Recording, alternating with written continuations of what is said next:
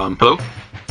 Today I will be going over the steps I took while making this piece here, titled Americana. I didn't even save the project. What am I doing? Okay. Yeah, there we go. Okay, so that should be saved now. All right, there we go. Okay, so I believe I will start with where I started with this project, which is I was drawing this character. I didn't really have a set vision in mind when I was drawing this. I just kind of wung it. I winged it. So this is what the character looks like without any of the filters. We can also get rid of all the additional elements. So it's just her. This is pretty standard. There's nothing too special about her. The only special thing about her is if you look over to my beautiful brush section, I used this brush that I made that I titled White Marker. This is simply just, if we space it out, you can see that it's just a little black box that I drew. I didn't mean to rotate it. But yeah, a little black box. But I had it so that they're spaced. Where the fuck did it go? There we go. I had it so it's spaced really close together so that when you use it, if I go here, as you can see, it has this kind of brush-like pattern to it, and that's what I used for this. Yeah, there's nothing too special about this character.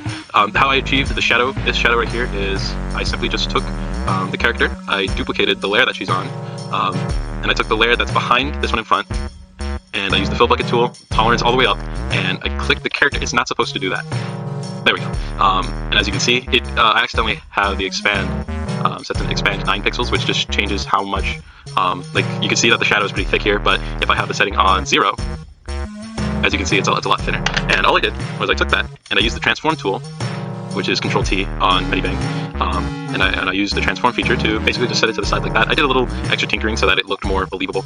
I believe I turned off perspective, I turned it off and turned it on. You just have to fiddle with it, and you know, it'll all come together. These additional layers you can see on here, these red, white, and blue, or red, yellow, and blue, these red, yellow, and blue layers are actually filters, essentially, where I have them set to take that color and use one of these blending options for the layer to affect how the character looks, and that's actually how I made the final product look the way it is. This checkered pattern, this is simply just I believe it's called a Japanese pattern on this program. If we take this, there's this little box option that lets you draw a box. I just did that, and then let's have our colors pre-selected. So we did like a yellow, white, like cream white, and a red. We're going to use the magic wand tool, which selects this box, and we're going to go to filter, down to Japanese pattern, and that will make this checkerboard pattern. We can also choose all these other different patterns. This is what I use for a lot of the paper gons, like Jenny. When I'm drawing her digitally, I'll use these to make the pattern for her shirt, but instead of a red and a cream white, it's a yellow and a purple. And then as you can see, that's how I get the patterns for Jenny's clothing. Which one was the one that I used most recently? It was one of the new patterns that they added. This one. This one is the most recent one I've used for one of Jenny's shirts, but that's the basic rundown of how I made that checkerboard. I accidentally clicked it, save. No matter. Deselect that. We'll just undo all that. Oh shit, let's not undo that. Okay, get rid of that. Alright, okay. You can see we also have some other layers. This was just me playing around with some other functions. You can see we have an American flag here. I was going to put the American flag, but I ultimately decided against it. But this was a big part of the canvas for a while I was drawing this guy. Now the funny thing about this guy is that you can't tell in the final product, but this is actually a really dark blue. It ends up just looking black on the final product with all the filters. But I was actually referencing this American flag that has this neon blue, this baby blue, bright baby blue, this really dark blue, navy blue, this red. There's a dark red over here, and there's this really small magenta line that I also used. So all those colors combined, I used to make this. And there's also some more stuff that went into this. I did more of that. I was using a lot of this rectangle maker, just this box maker, and basically what I did is I did that, and then I made another layer where it was, what layer are we on?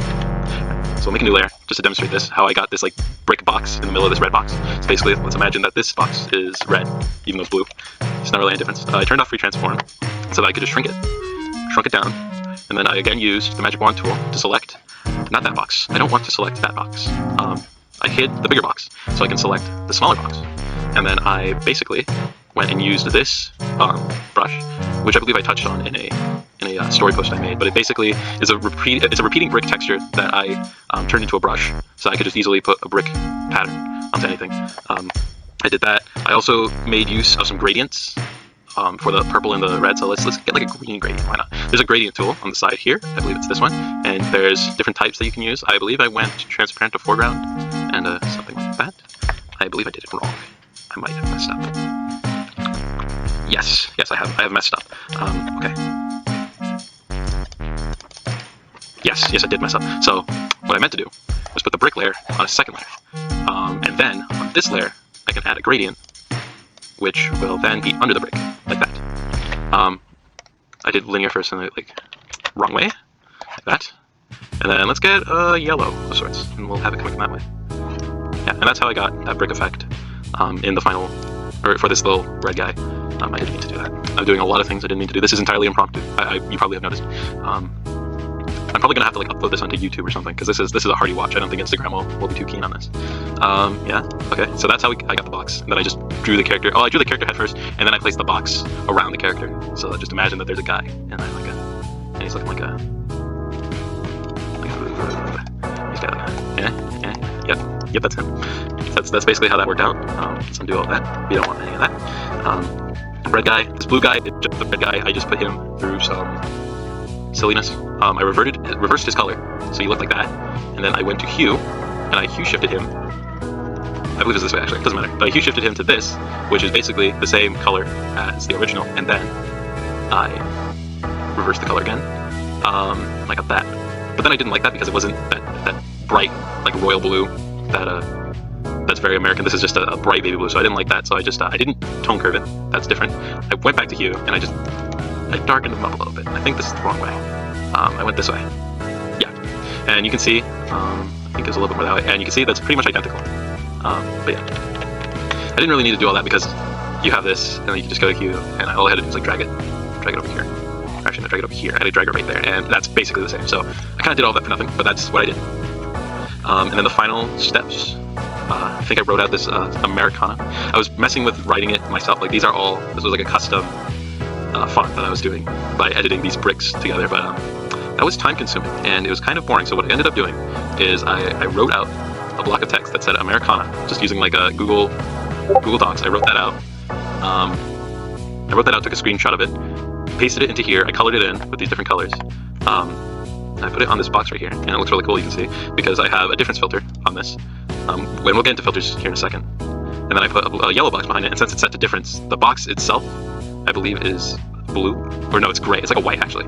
So the difference of yellow is blue. And that's why I got that sign. So this is what the product would look like unedited or without any filters on it. But I decided to take the filters that I made for this lady, you can see, it would look like that. I took her filters, and I just made them into solid color layers, and just affected it to the entire thing. So that's a burn effect with that dark yellow. Then I took green at like half opacity, divide, and then a dodge red layer. Then another layer brings out more of the blue. This layer just kind of darkens everything up, brings out less purple.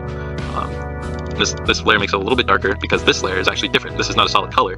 This actually adds grain because this is actually a PNG of a grain filter. That's where all these little dots came from, is from that image. And I put it on add and a little less capacity at 82, so that it kind of looks like an old poster. And I believe that's everything. I could explain these layers more, but I'm not really qualified, I think, to talk about that. I don't know exactly how they work, but I just fiddle around with them, and I make them work. I actually did a very similar thing with the Sydney project that I did before this. If I can open that up, hey bang, my bang folder. Where's the Sydney? Where's the Sydney project? Here we go. So here's Sydney. Yeah, this is good. You can see I have some filters on her. The background is yellow, but in this it looks white almost.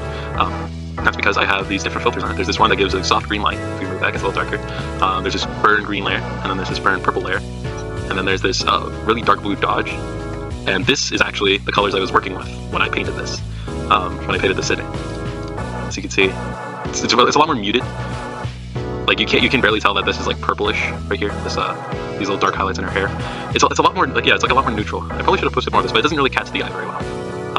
The jeans do look a lot more jean-like though, compared to like when I have all these filters on. They just kind of get really blue. And then there's this one. Also, the Fluttershy has jeans. This has the long jeans. So yeah, that's what they look like. Yep. So yeah, I did a very similar thing. I accidentally made Sydney. Okay. Did a very similar thing here. Also added some filters for when there's the paper behind her. My dog is like freaking out right now. It's going crazy. But yeah, very similar thing. It's a very easy way to make a piece just pop out video. Yeah. I believe that's it. That is 18 minutes. Goddamn. I'm probably gonna set this video like 2 times speed. Maybe put some background music for you because like this is a snooze fest and a half. This is not an interesting video. I'll edit it up and then I'll send you the link to this video. I'll probably upload it to my YouTube. And yeah, thank you for watching. This was probably like the least informative video I could have given you, but you know, hey, that's what I did. All right, I'll see you later, man. Thank you for watching. Yeah, goodbye.